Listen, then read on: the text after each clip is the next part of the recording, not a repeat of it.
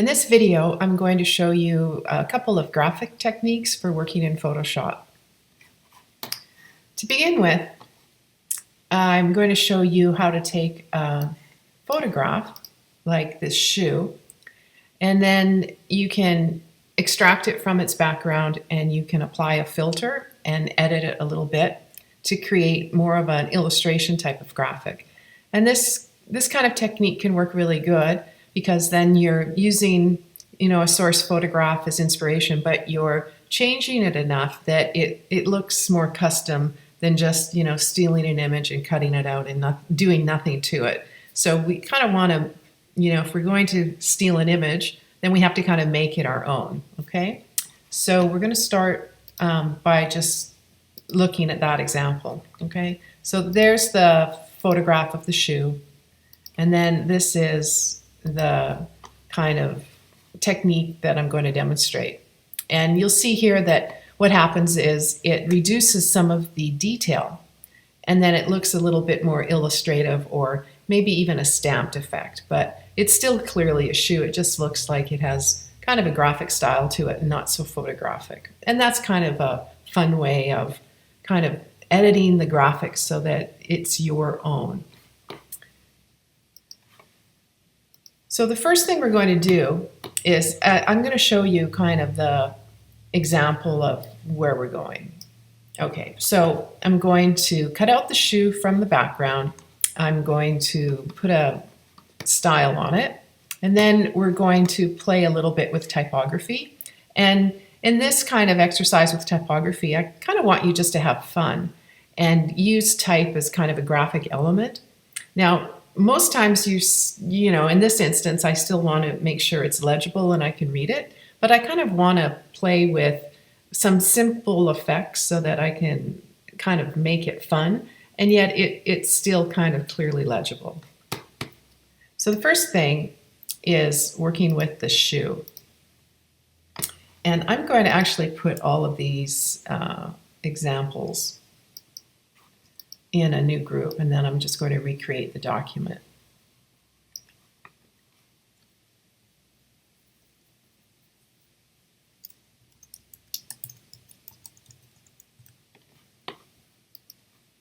Okay, so there we go.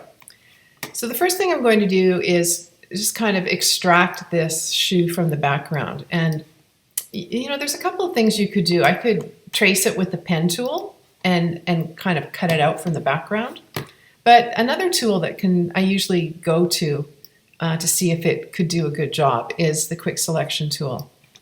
And essentially all you're doing is you're selecting the shoe. Now, we have to be a little careful because you can see that there's white shoelaces here and there's white parts to the shoe, and the background is also white. So sometimes, you might need to use the pen tool or one of these other selection tools if you can't get a nice clean selection with the quick selection tool. But we're going to try the quick selection tool and see how that works. So right now you can see my tool head is a little small. So just by using the right bracket key, I can kind of create a bigger selection.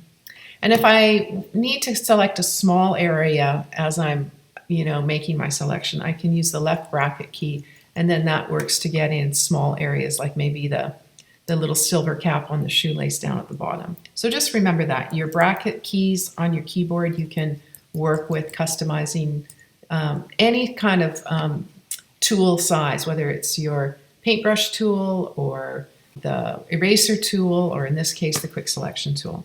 So I'm going to start by just getting the parts that are the easiest. And I can see that it's working pretty good. And the part that I anticipate having a little difficulty, now you can see what happens. It gets bumped out there. So whenever I'm making a selection and then I get a part I don't want, all I have to do is move outside the selection, hold down the Option key, and you might be able to see inside the tool head there's a minus sign now, and I can kind of nudge my selection back in a bit.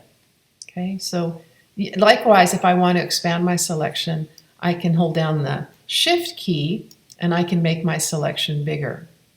hold down the Option key, move outside the selection, and then I can nudge it up and snug it the way I want it. Here I'm going to go over to the left side and I'm going to reduce the size.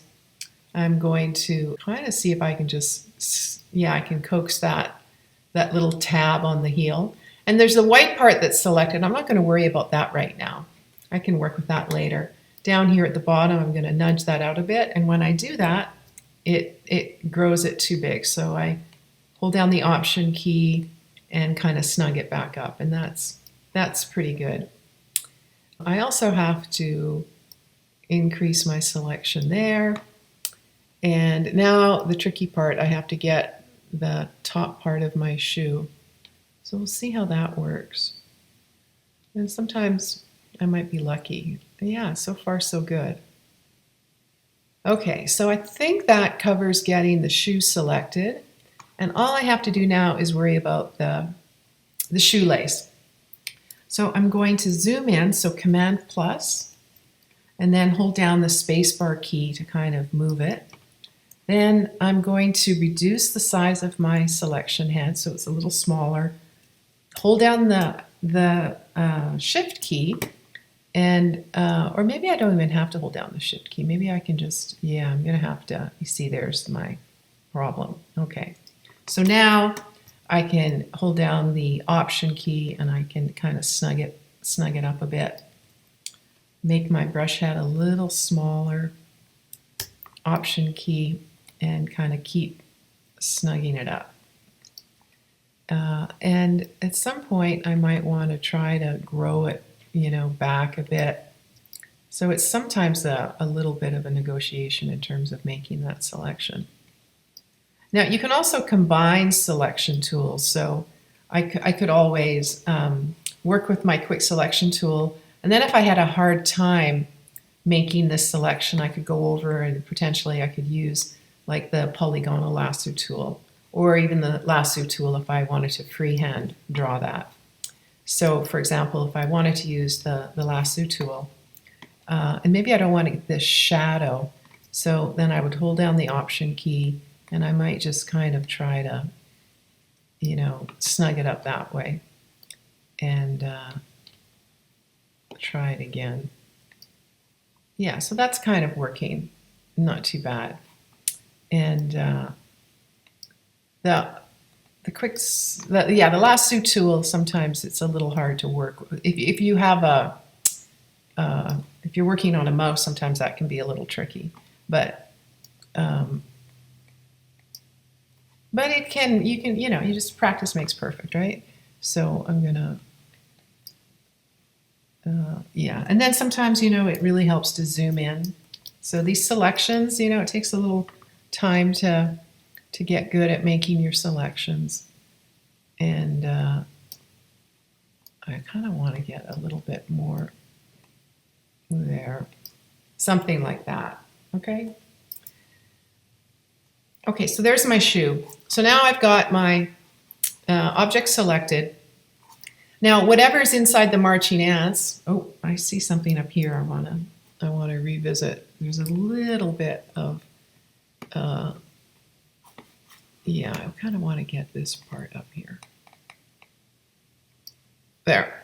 Okay, so whatever's inside my marching ant selection is selected. So if I want to cut the background out, I have to inverse my selection. So I go up to the Select menu and I do Inverse. And now you can see there's a marching ants around the border of my graphic and then the shoe element. And when I hit Delete, then I have my selection.